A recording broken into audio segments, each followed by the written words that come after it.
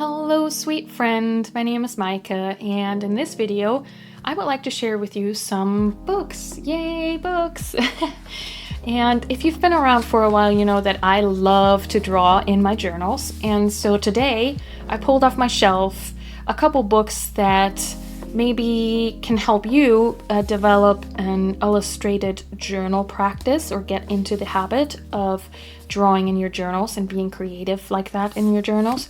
So yeah, I really wanted to share these with you, and maybe I can push the stack to the side like that. I want to start with this one because this is really great for those of you who would like to learn step by step how to do certain doodles.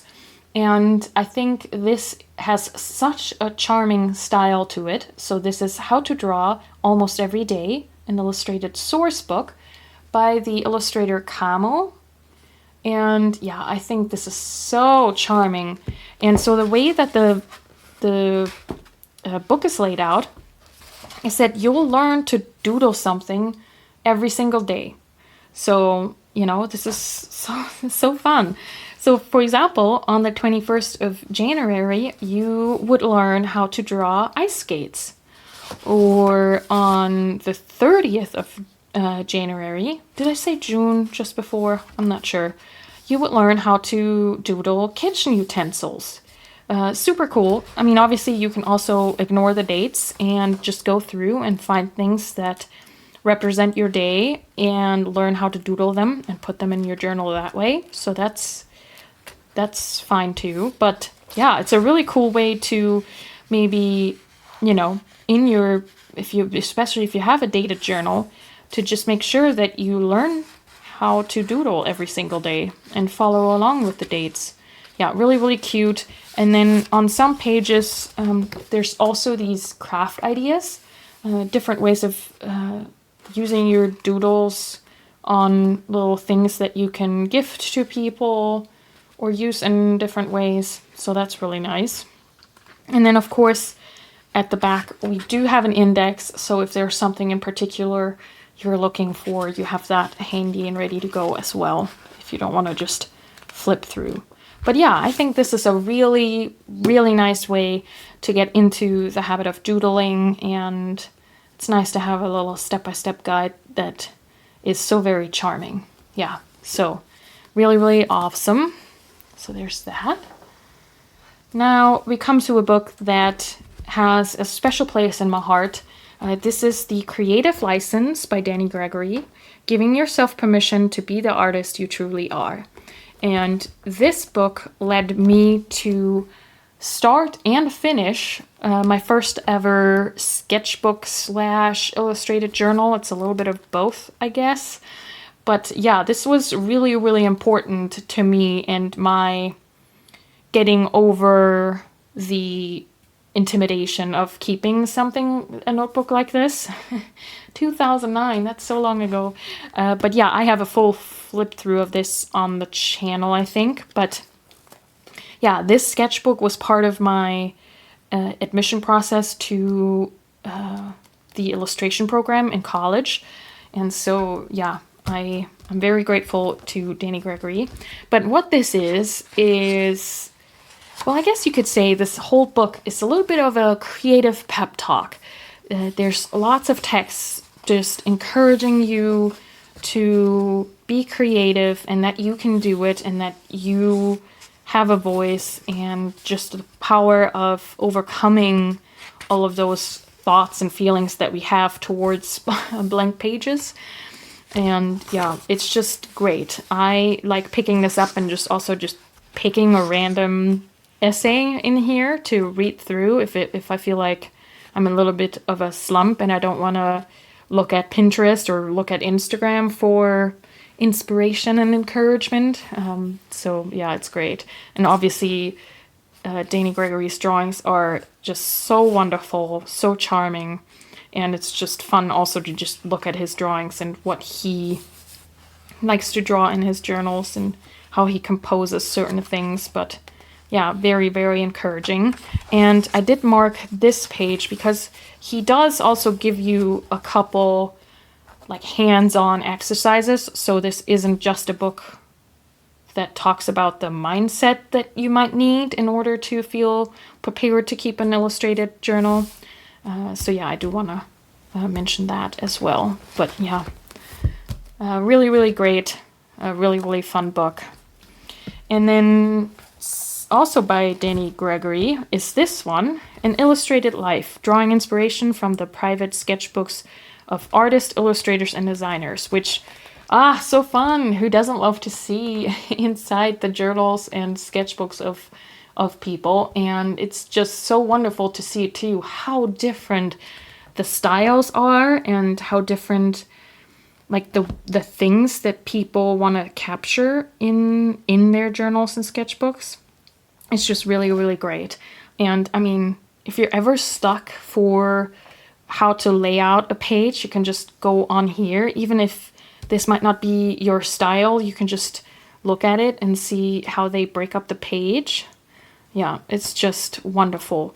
The one thing I will say is that these are all professional. I think these are all professional artists and designers.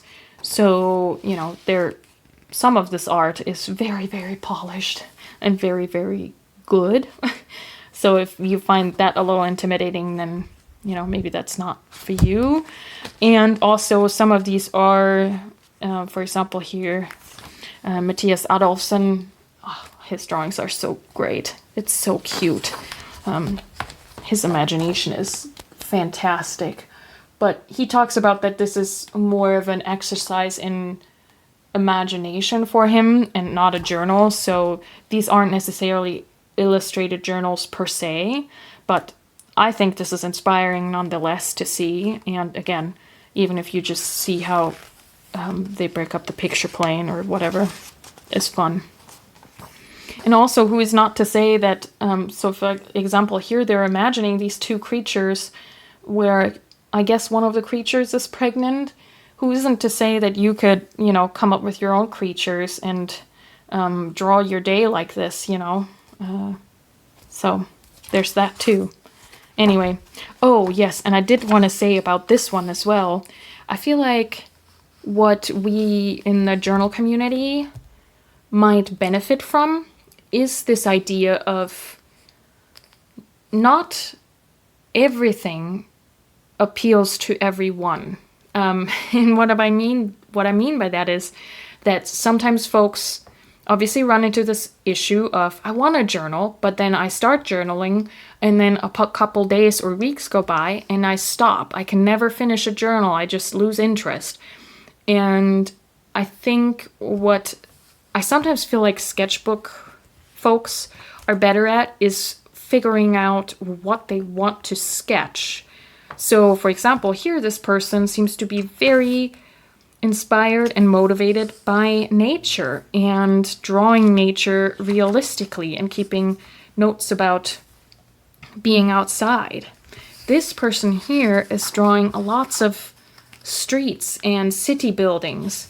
So in journaling, we can do the same thing, right? Not everybody needs to or wants to keep a journal where it's this standard format of this is what I did that day. You know, a journal doesn't need to be only that format. Maybe you just need to find your equivalent of only drawing city streets. You know, keep a journal about the outfits that you wore that day, or keep a journal of just your playlists that you listen to, or just the movies that you watch, or just the food that you eat. So yeah, there's that, and that goes, I guess, beyond the illustrated journaling, but yeah, just putting that out there. And I guess, you know, this can serve as inspiration in many different ways. Anyway, I could look at this all day, but yeah, here is An Illustrated Life, also by Danny Gregory. And then in a similar vein to the Danny Gregory books, there's this cutie little thing. It almost feels like this might be a similar format to the original notebooks that Dee Price is using for their journals. So that's kind of fun. So it literally feels like you're holding one of their journals. in the hand. And this is how to make a journal of your life. Really, really fun. In a similar vein, lots of pep talks, lots of words of encouragement and words to help you get over the fear of the blank page and the fear of what your drawings are going to look like. And again, the drawings that they do in their journals, so charming, so approachable, I guess I would say. They're not pretentious. They're done by a person who just pays attention to what's around them and wants to capture it in many different ways. Now, not all of this is about drawing, though they do specifically also mention drawing. But for example, here they collected some plants in their journal. They talk about photography, which is really, really neat. So yeah, it's just a cute little thing and quite inspiring. I remember getting this as a Christmas present and yeah, just really, really loving it. So can recommend this one as well. Oh, and the tone is just also very conversational and approachable. So that's kind of fun. Now we come to the books that are maybe a little bit of a special mention in terms of it not being at all about journaling, but still applies to this field. I don't know, that's a really strange way to say this. But, for example, if you want to draw in your journals and you want to color your drawings, obviously watercolor is just so great because it's so easily accessible. You can get all the colors that you want. It's easy to mix, easy to carry around. But then sometimes watercolor books that talk about watercolor painting, they're just so about drawing an entire painting, right? That can be a little bit too big of a project. And this right here, maybe I should mention what this is. And I have the German copy. But this is, I think the English title is Watercolor for Designers by Felix Scheinberger, who in fact was a teacher of mine in college. Fun fact. But yeah, his way of keeping a sketchbook and using watercolor, I think, is very great, or can be something really fun to take inspiration from for drawing in your journals, because it's very approachable. It's very, you give the drawing some color and you, for example, give them more life and a little bit of atmosphere, but it's not an entire watercolor painting, you know? And so that can be really inspirational. And yeah, there's lots of tips talking about colors, talking about color schemes and all that good stuff. I mean, this is just, look at it. It's so fun. So yeah, this is a fun one to just flip through if you want to have a different way of learning about watercolor that isn't just making an entire painting. So yeah, I did want to put that out there. He also has a book about keeping a sketchbook. I don't own that one, but if you want to learn more about his sort of sketchy style and how to loosen up, then there's that as well. And then the last one is maybe a little bit the furthest removed from what one may picture as an illustrated journal, but a fun one nonetheless. And it talks to, or it goes along with what I talked about earlier with this idea of you just need to find the thing that you want to journal about, like the street scenes type of thing. So this one is Observe, Collect, Draw, a visual journal. Discover the patterns in your everyday life. And so this is about visual data collections. I think that's a good way of saying that. And so I did some of the exercises. But who's to say that you couldn't keep an illustrated journal where you just keep illustrated data about your days or about your weeks and months, and collect, yeah, I don't know, like, how often did you take a shower this month? Well, I guess that's maybe not so revealing if you have a regular showering practice. But I don't know, how many times did you listen to your favorite artist this month? And I'm coming up with very uninteresting examples, but this just walks you through how to develop different ways of drawing data. And so that I thought I'd mention this, and it might be fun to some. I don't know if I did a very good job of showing you or pitching you why this is a fun idea, but if you're someone who wants to be a little bit more creative and likes data and tracking, this might be for you, yeah.